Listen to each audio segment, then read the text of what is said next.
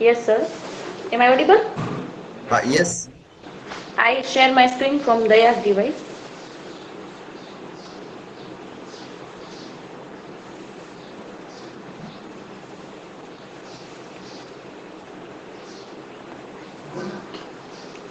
Hello, good afternoon, everybody. Today I make presentation on Dhvani theory in Indian poetics. So, Indian aesthetics.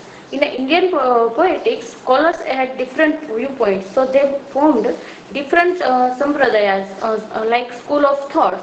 That first is Alamkara, poetic figure, Rasa, aesthetic pleasure, Riti, style, Guna, attribute, Dhvani, suggestion, Vakrokti, obliquity, and Ochitya, propriety. uh, Dhvani School of Poetry. What is so? First of all, what is Dhvani?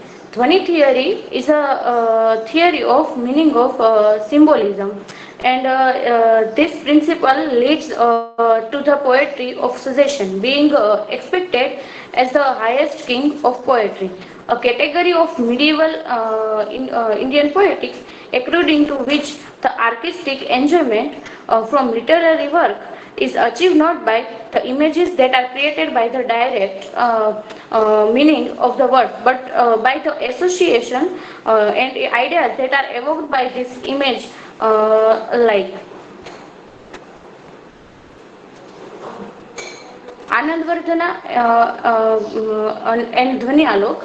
Dhvani School of Poetry was formulated by Anandvardhana, who wrote Dvanyaloka in the middle of the 9th century. It brought focus on the penential power of the word in a kavya. Here the word together with its literal sense from the body of kavya. Dhvani kavyasya atma. Three main types of implicit sense in a dhvani: alankar, vastu, and ras. In a vastu dhvani, some rare fact of or idea is implied. In alankar dhvani, some alankar or figure of speech is suggested. In a rasa dhvani, ras is evoked. Both vastu dhvani and alankar dhvani convinced by be expressed by direct meaning of vakyartha, by suggestion or vyangartha. But the third variety of implicit sense of rasa dhvani can never be expressed in the direct meaning of words. Three kind of word powers in a dhvani theory: lakshana, abhida, and vyanjana. Abhida. So first is Avida.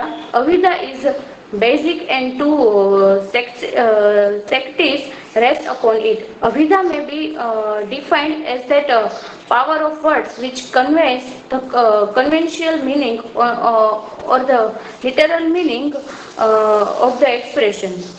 Here is example that cow is eating grass. And second is અંધારું થયું અને અંજવાળું ગયું. In both sentence we get direct meaning, and that is avida. Second is lakshana. Lakshana, second power of the word. It is indication power. It consists in the external characteristic of the expression which are indicative of something deeper. Here is example that મારું ઘર high court road પર છે. And second is mountain and squirrel are quarrel. In this both sentence we can't get direct meaning. Third is vyanjana. Vyanjana is the third power which means what is suggestive. Here is example that સૂર્યાસ્ત થયો. આપણે સૂર્યાસ્ત થયો એટલે સનસેટને પણ એ મિનિંગમાં પણ લઈ શકીએ, અથવા જીવનમાં કોઈ પણ દુઃખ આવી ગયું અથવા મૃત્યુ તેમ પણ જોઈ શકીએ. સેકન્ડ ઇઝ મીઠા મધુર ને મીઠા મેહુલારે લોલ, એથી મીઠી છે મોરી માતરે. In the sentence we get direct meaning, but it's incomplete. Mithi matre is not mean that her taste is better than mud, but her love is more than those. So conclusion, in sum up, we can say that Anandvardhana, who was an advocate of rasa, was also the greatest exponent of dhvani. He concluded that rasa was expressed only through dhvani. Commentator Abhinav Gupta lays down that dhwani can be employed in the whole work or in just the meaning or in only in a word. Here is my references. Thank you.